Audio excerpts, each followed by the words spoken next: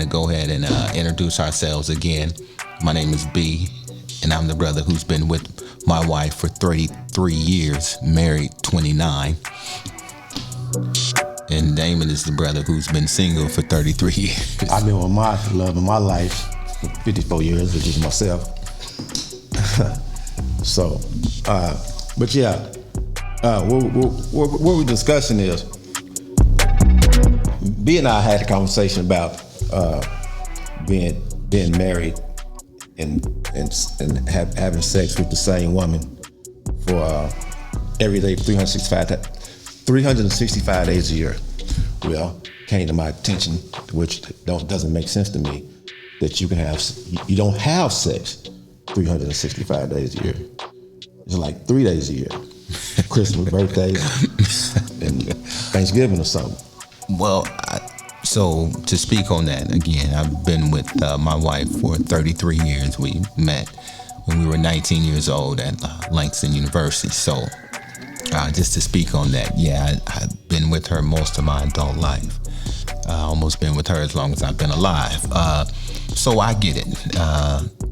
You have to work hard in a marriage to keep desires, to keep things interesting, harder than you would, say, as a single brother who can meet various women on a daily basis. So yes, there's definitely work that goes into a sexual relationship with a married couple that's been married for, an extended amount of time. So yes, it can get routine.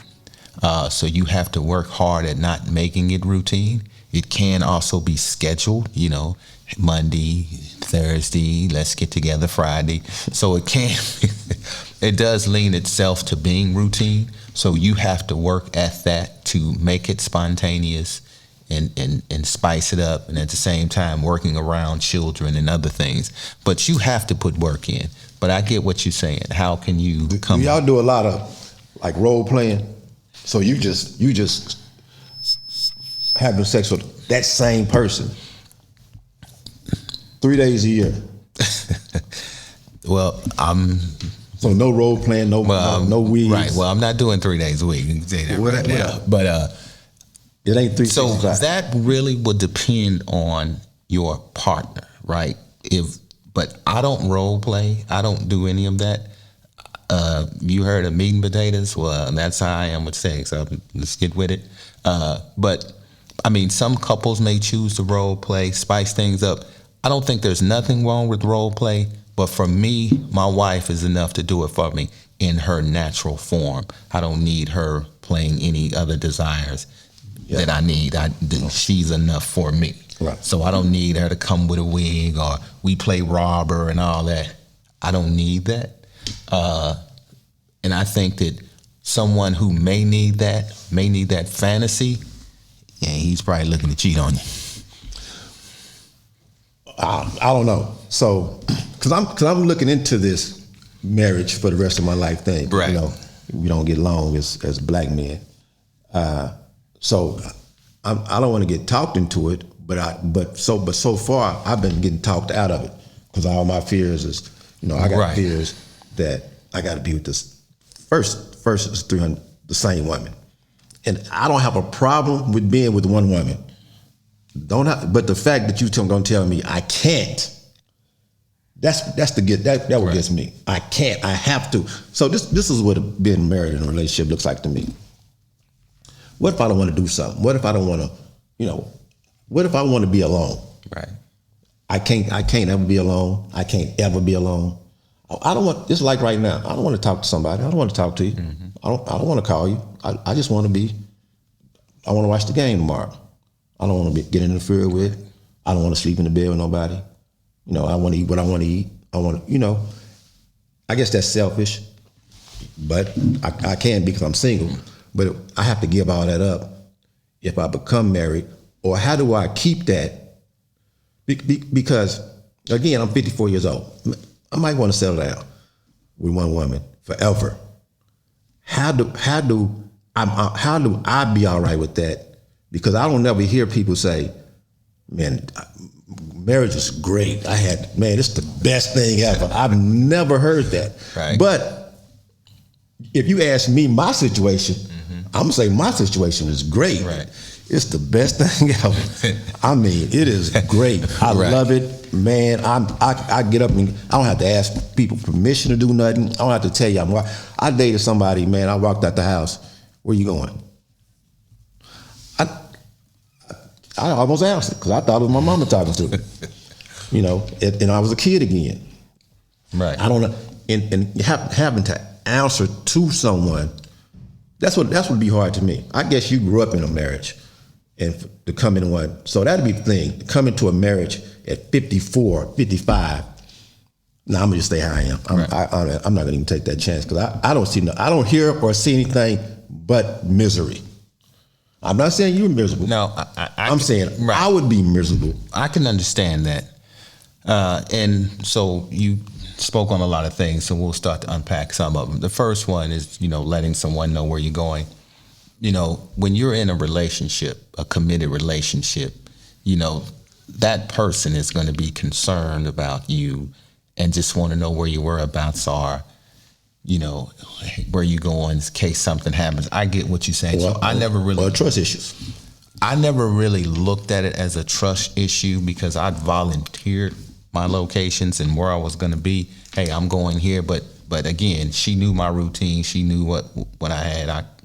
I'm in education, so I coached. I did various things, so she knew those things. So I didn't ever feel that I had to tell her. I felt she was controlling me, or vice versa. When she goes somewhere, she would just tell me, "Hey, I'm going here. I'm going here." So that was just understood.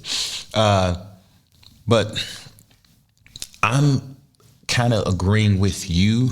Even though I've been married and I've been with her for 33 years, I don't know that I'm a fan or holding up the banner for marriage, or if I will talk to young men about being married. If I was to give any advice about marriage to a young brother, I would say know who you are and know what you want first before you get married. Because if you're growing together like my wife and I did, growing pains are real. So we went through those things and pulled and tugged against each other. But I think had we not been so young when we married and knew who we were and what we wanted, we may not have married each other. Because we just was together for 4 years prior to the marriage and hold on, let me just was moving through that. We got somebody just said something. She said, Damon, Lady Rose, she said, I'm focusing on what I'm giving up and not what I'm gaining. Tell me what I'm gaining. Right. So that's really good. What are you giving up versus what you gaining? And that's a problem, and why single brothers don't want to get married is because a lot of sisters, not all, so we don't want to say all sisters are the same, so we're not ever going to say 100%, but a lot of sisters are not willing to give things up. And so with that attitude, not necessarily a negative attitude, but not giving up, and a brother not wanting to give up, it's just friction. To answer the question, what am I gaining? What am I gaining? Right. Okay, I'm gonna say this. Fuck it. We're successful men, so we're in or above the 6-figure income. That's what I got to offer. I mean, correct. Not just money, but I got a different lifestyle now. Again, like I made the comment, just say Oprah, just say Holly Berry. I don't know how much she makes, but I'm pretty sure she, up there. Even her, what is she bringing to me for me to give up my happiness? Right. Because I'm more happy being able to do. I can be with one female. That's not an issue. As long as she over there. And then when we come together, it's like the fair. This is what I tell everybody. When I talk to my son's about to get married. I say, man, it's just like the fair or the circus. We got the fair coming to Tulsa once a year. You're excited to go to the fair. Man, you can't wait to see the fair. But we also have Bell's, a place called Bell's in Tulsa. Used to be. Yeah, I was going to say a place they know. I've never been to Bell's. Didn't even know Bell's was there. Because Bell's is always there. But the fair, Man, we wait for 364 days to go to the fair. But Bells is there 365 days, period. The fair is there 2 weeks or 1 week, whatever. Bells is always there. Nobody went to Bells. Did you ever go to Bells? No, but remember. Everybody went to, did you ever take your kids to Bells? I think Bells was closed when I No, it was not. Bells just now got closed. Oh, wow, I didn't know that. I thought it was already closed. That's married. That's a married couple. He didn't even know Bells was there. The fair, when the fair come to Tulsa? September. We know this. So I tell my sons, that's how to me a relationship is.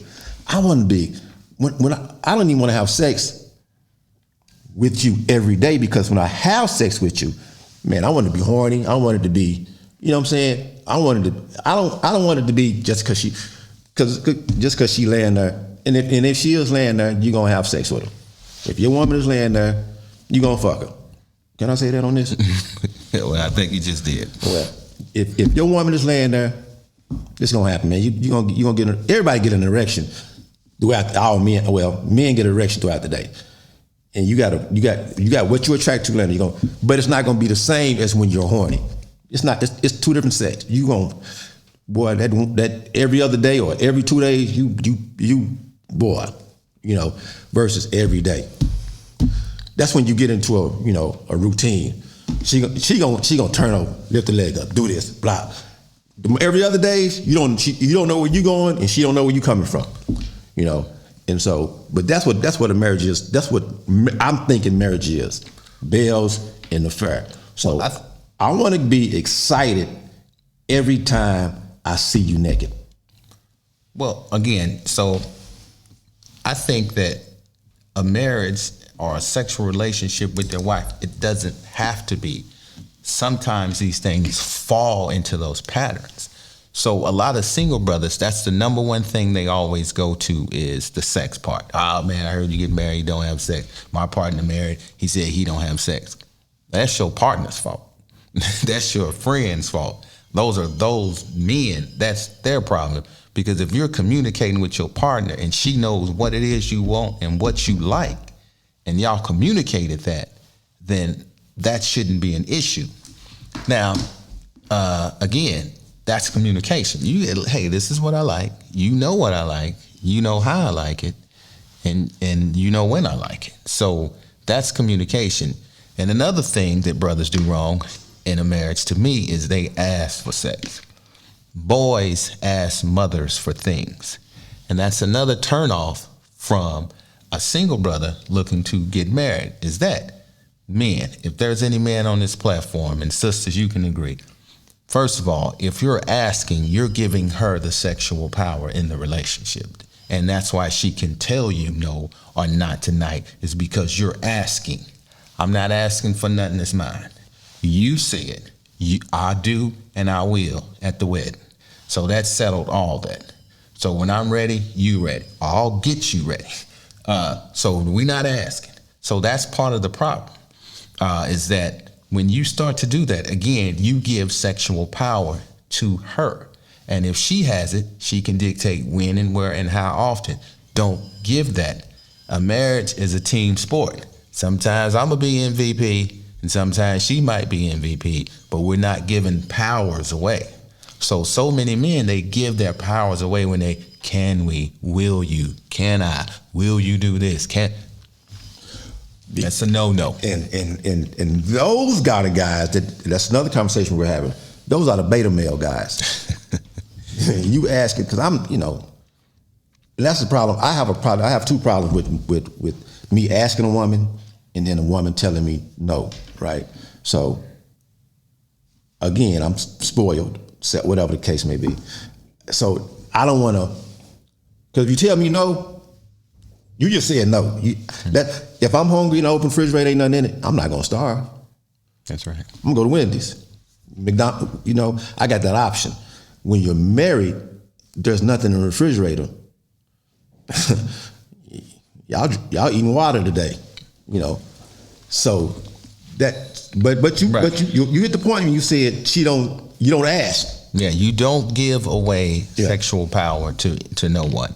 And so I hope you ladies listen to what he said if you're in a relationship, is that a single man has those options.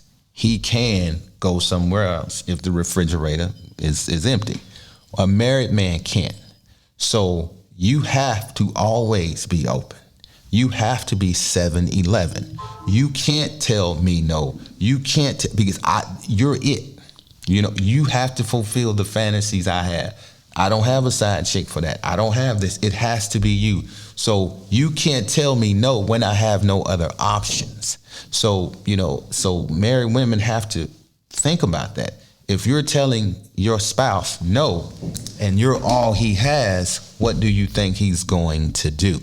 If you're constantly saying no, not tonight, maybe tomorrow. So eventually those no's he's gonna find somebody that's gonna say yes. And this is another issue I have, right? So we all had the high school sweetheart, right? And they all was bad, you know. If you were worth your weight in gold, you had a bad one in high school. So you married your high school sweetheart.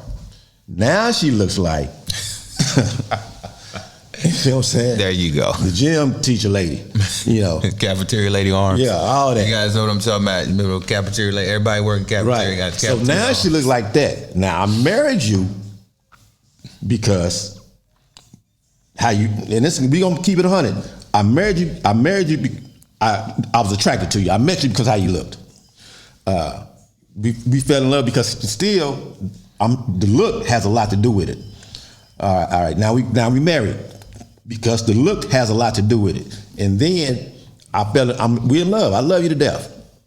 But the look, the sexual part, the looks has a lot to do with it. I'ma still love you at 200 pounds over what I married you at 150. Now you're 250. I love you, I'm guessing.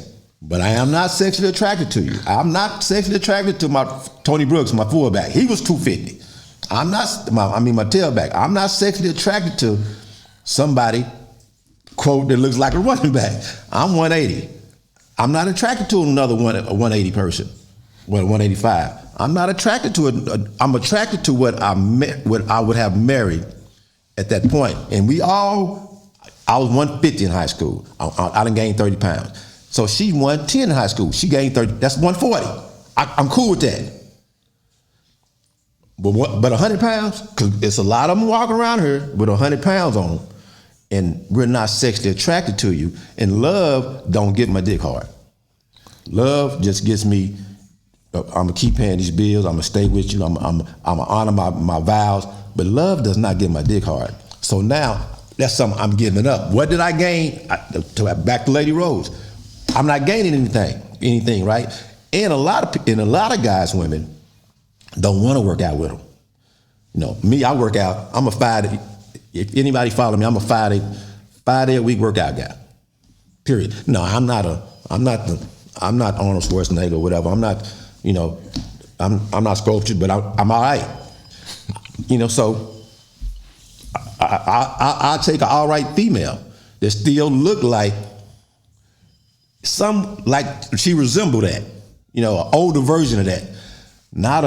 Not two people standing, two people standing side by side version of that. And I'm not saying nothing against my big women. I'm not saying it, because a lot of, I got brothers that, like I said, that loves that. And I got brothers that don't like what I like. What I like is losing, apparently. Everybody like the voluptuous woman. I'm not a voluptuous woman attraction. I'm just not. I love my black women, period. I love my women, period. Black, white, Chinese, Mexican. I'm just not sexually attracted to the real big girl. My man sitting to my right, he is. So, but we don't care what Bilal's interested in. We're saying this. I'm giving that up because a heavy penis is way different from a hard penis. We sisters, we let y'all know too. We fake it too. We fake it too. We fake a nut too. Y'all ain't the only ones out here faking it, because we want to get up off of you. Like, I'm tired too. We fake it. So yeah. And we ain't always fully erect, just like y'all ain't always lubricated. Y'all get a heavy over a hard. Ask your husband about that. So that's a lot to unpack. And as the married man, I'm going to do my best. So in a relationship over time, I'm gonna side with Damon. Me and my wife, I have 4 children. I have 3 with my wife. So yeah, there was weight gain, the things of nature. And he's right. Love and desire are 2 different emotions. So we have to understand that, especially for a man.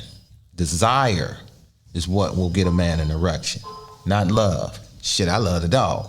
Shit, I love the song on the radio. The restaurant. That doesn't give me an erection, but I love those things. You know, I love my uncle.